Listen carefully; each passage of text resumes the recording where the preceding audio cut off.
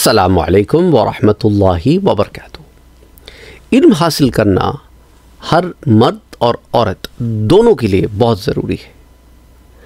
औरतों को हमारे माशरे में सेकंड क्लास के तौर पे ट्रीट किया जाता है और इल्म जैसी बुनियादी चीज़ से महरूम रखा जाता है। इल्म औरत के लिए भी सीखना ज़रूरी है।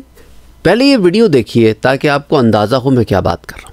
आपके ऊपर आरोप ये है कि आपने अपने पति का इलेक्ट्रोक्यूशन से मर्डर कर दिया। जो पोस्टमार्टम का डॉक्टर है उसने कैटेगरिकली कहा है कि वो जो डेथ थी उसमें इलेक्ट्रिक शॉक के निशान थे। In the postmortem room it is not possible to differentiate between the thermal burn mark and the electric burn mark. Current flow होता है volatilisation of the atom tissue में trace particles of the metal deposit हो जाते हैं। तो जब lab में जाता है तो उसको टिश्यू को बर्न मार्क को क्या करते हैं, निकाल लेते हैं और जो वो पार्टिकल्स रहते हैं मेटल उनको अलग कर लेते हैं, फिर उनको घोल लेते हैं HCl या नाइट्रिक एसिड में और रिएक्शन करते हैं कि वेदर दे आर एल्युमिनियम या कि आप केमिस्ट्री के प्रोफेसर हैं? जी सर। तो सर ये एक्रो रिएक्शन से ही डिस्टिंक्ट हो पाएगा कि whether it is thermal burn mark या कि इलेक्ट्रिक बर्न मार्क। तो सर उन्होंने पोस्टमार्टम रूम में उन्होंने कैसे कह दिया कि ये इलेक्ट्रिक बर्न मार्क है, नहीं मालूम। इस वीडियो में आपने देखा कि किस तरह एक औरत के ऊपर इल्ज़ाम लगाया गया कि उसने अपने शौहर का कत्ल किया है और उसने इल्म की बेसिस के ऊपर उस जज को जवाब दिया कि मैं अपने शौहर की कातिला नहीं हूँ। और पोस्टमार्टम जिसके ऊपर सारी चीज़ रख कर भरोसा करके मुझे मोरिज़ इल्ज़ाम ठहराया गया है वो रिपोर्ट ही नाक़िस है और उसने इल्म के ज़रिए इस चीज़ को साबित किया और जज मजबूर हुआ इसकी दोबारा जांच करवाने के लिए। अगर ये औरत पढ़ी लिखी ना होती तो शायद ये उस जज को वो जवाब ना दे पाती जो उसने दिया। इस्लाम के सुनहरे दौर में अव्वलीन अदवार में ख़वातीन इल्म हासिल करती थी और इसे फ़रोग़ भी दिया जाता था। देखिए कुरान करीम की पहली आया मुबारका जो इस उम्मत मोहम्मदिया पे के लिए भेजी गई वो इक़रा थी जिसमें पढ़ने का ज़िक्र है और उसमें इंसान को इल्म के सिखाने का ज़िक्र है और कलम का ज़िक्र है। औरत और मर्द की कहीं डिफरेंशिएट करके मर्द पर ही सिर्फ इम्प्लीमेंट करके औरत को इससे अलग नहीं किया गया बल्कि लफ्ज़ इंसान का इतलाक़ है। आपको मैं सुनहरी दौर के कुछ ख़वातीन के बारे में बताता हूँ, शायद आपको इसका इल्म ना हो। आगाज़ करते हैं सहाबिया हज़रत अशिफ़ा बिनते अब्दुल्ला रदी अल्लाह ताला अन्हा से।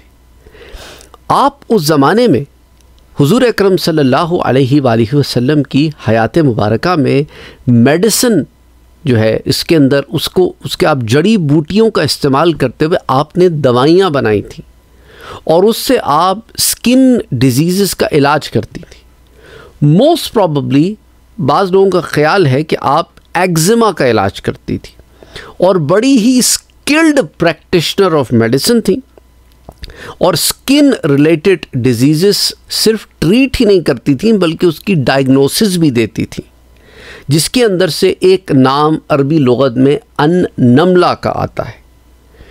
इसी तरह वो इस्लाम में ख़वातीन जहाँ तक ताल्लुक़ है उनमें जो टीचर्स का रुझान है, she is one of the first teachers. और प्रॉफिट मोहम्मद सल्लल्लाहु अलैहि वसल्लम ने उम्महातुल मोमिनीन की तदरीस के लिए, उनकी तालीम के लिए हज़रत शिफ़ा बिनते अब्दुल्ला का इंतखाब किया था। और आपको ये बात जानकर भी बड़ी हैरानी होगी कि हज़रत उमर रज़ी अल्लाह ताला अन्हु के दौर खिलाफत में मदीना जो कि इस्लामी ममलिकत का दारुल हुकूमत था, उसमें जो मदीने की मार्केट थी उसकी एडमिनिस्ट्रेटर अशिफ़ा बिनते अब्दुल्ला थी। एक औरत एडमिनिस्ट्रेटर थी। हज़रत उमर रज़ी अल्लाह ताला अन्हु के दौर खिलाफत में मदीने में, इससे आप अंदाज़ा करें कि मदीने जो दारुल हुकूमत है वहाँ पे हर जगह से लोग आते हैं, हर जगह के लोग आते हैं और वहाँ पे कारोबार करते हैं और उन तमाम की एडमिनिस्ट्रेटर हज़रत शिफ़ा बिनते अब्दुल्ला है। और आपको इतनी अथॉरिटी थी कि आप किसी को आंसरेबल नहीं थी सिवाय खलीफा के, इतनी अथॉरिटी थी आपके पास। अच्छा अब आ जाएं, और ये मैं आपसे बात कर रहा हूँ 600s की, अब से कोई 1400 साल पुरानी बात कर रहा हूँ। अच्छा अब आ जाएं उसी ज़माने से थोड़ा सा बाद, लेकिन 600 की बात है, रुफैदा असलमिया, आपकी फील्ड भी मेडिसिन के साथ नर्सिंग भी थी, और आप जो है बाज़ाब्ता मुसलमानों में अगर आप नर्स एज अ फील्ड देखें तो she is regarded as a first Muslim nurse, और आप सर्जरी का काम भी करती थी।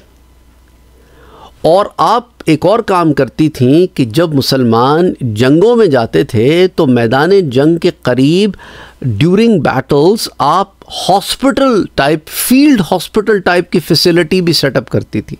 आप में से वो लोग जिनका ताल्लुक़ कभी आर्मी से रहा हो या किसी भी फोर्सेस से रहा हो तो आपको फील्ड हॉस्पिटल के बारे में पता भी होगा, और आप उसकी नौयत भी जानते होंगे और उसकी इम्पोर्टेंस भी जानते होंगे। अच्छा, ये भी सहाबियाँ हैं, याद रखें, रुफैदा अल असलमिया।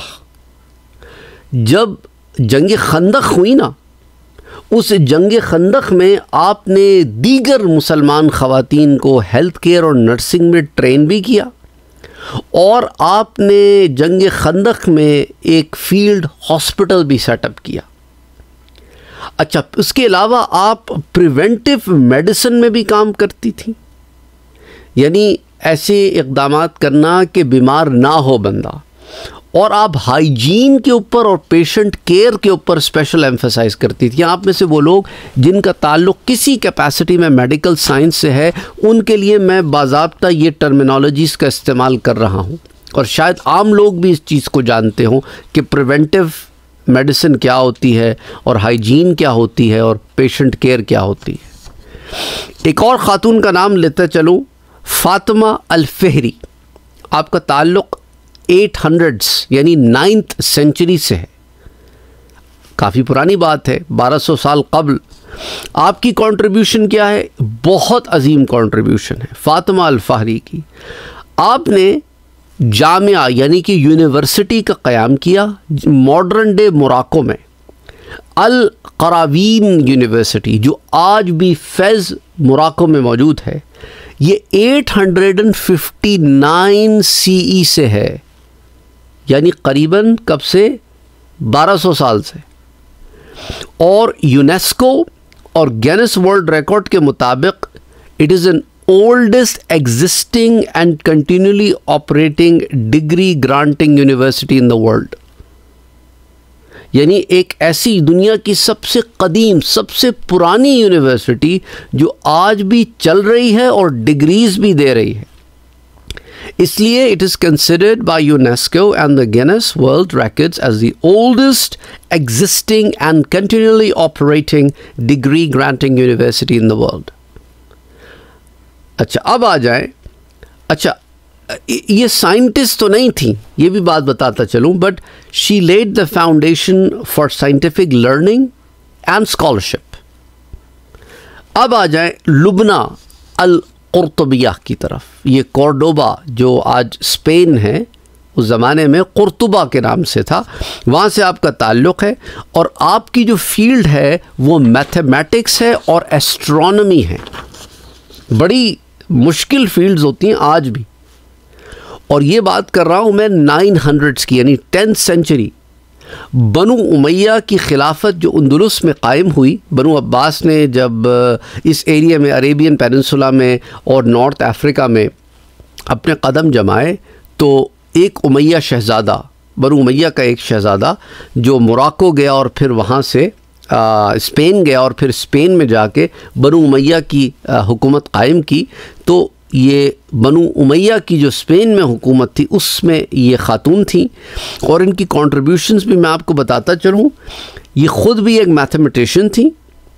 लाइब्रेरी जो थी ना, खलीफा अल हक्काम सानी, उनकी जो लाइब्रेरी थी उसको ये मैनेज करती थी, और इनका अरिथमेटिक्स के साथ साथ अलजबरा में भी पर्सनल वर्क है, और ये transcription and preservation of scientific manuscripts के ऊपर भी काम करती थी, और बड़ा इन्होंने इसमें कलीदी किरदार अदा किया था, played a key role in this whole process. फिर आ जाए मरियम अल-इस्तरलाबी की तरफ।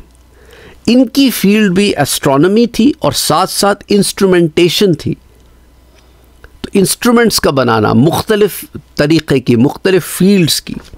इनका ज़माना अब्बासी खिलाफत का ज़माना है 900s में, यानी 10th सेंचुरी में। और इनकी मैं आपको कंट्रीब्यूशंस बताता हूँ। She was a skilled maker of astrolabes. और ये एस्ट्रोलेब जो है ना, उस ज़माने में नेविगेशन जब किया जाता था ना, समंदरी दरियाई सफ़र होते थे, नेविगेशन की ज़रूरत पड़ती थी, तो ये डिवाइस इस्तेमाल होती थी। और ये बड़ी कॉम्प्लेक्स एस्ट्रोनॉमिकल डिवाइस है। और ये नेविगेशन के साथ साथ टाइम कीपिंग का भी इसमें बड़ा अमल दखल होता है। फिर इन्होंने एलेप्पो में, जिसे आप हलब कहते हैं अरबी में, वहाँ पे भी इन्होंने under the patronage of Saif अद-दौला काम किया। फिर इन ही की कंट्रीब्यूशन थी जिसकी वजह से एस्ट्रोनॉमी में और नेविगेशनल साइंसेस में एडवांसमेंट्स हुई। अब आ जाए ज़ैनब अल-शाहदा की तरफ। ज़ैनब अल-शाहदा, इनकी फील्ड क्या थी? कैलीग्राफी और हदीस।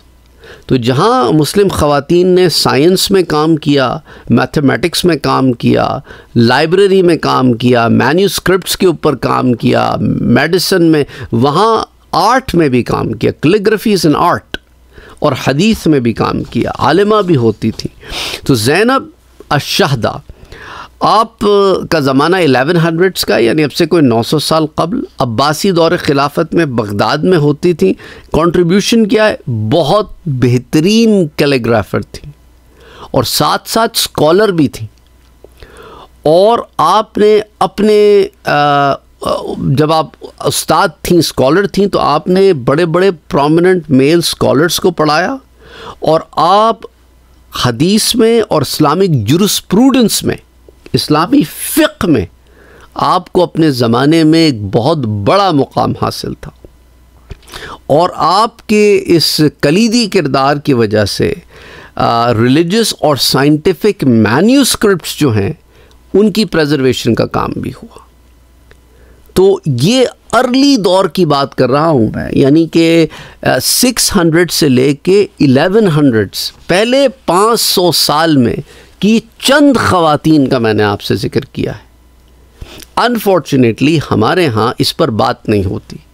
अफसोस तो मुझे उन लोगों पर होता है जो अपने घर की औरतों के पढ़ने पर तो पाबंदी लगाना चाहते हैं, उन्हें पढ़ने नहीं देना चाहते, लेकिन घर में कोई औरत बीमार हो जाए तो मुसलमान लेडी डॉक्टर ढूंढने निकल जाते हैं।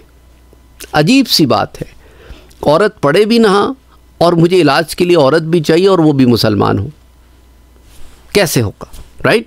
एक इम्पॉसिबल सी सिचुएशन हम अपने लिए ख़ुद क्रिएट कर देते हैं। देखो, तालीम जो है ना, इंसान को बागी नहीं बनाती। लोग औरत की तालीम से चंद वजूहात से डरते हैं। एक उसमें से वजह यह है कि पढ़ने के बाद उसे शऊर आ जाएगा और इनकी बकवासात को वो रिजेक्ट करना शुरू कर देगी कि ये तुम दीन के नाम पे क्या खिलवाड़ कर रहे हो, दीन ये नहीं सिखाता। और उन्हें ये कबूल नहीं है क्योंकि वो चाहते हैं कि वो जो सच झूठ मिला के उस पर मुसल्लत करें, वो उसे सर झुका के कबूल करें। तो उसको बगावत नहीं कहते, शऊर कहते हैं। शऊर में और बगावत में फ़र्क है।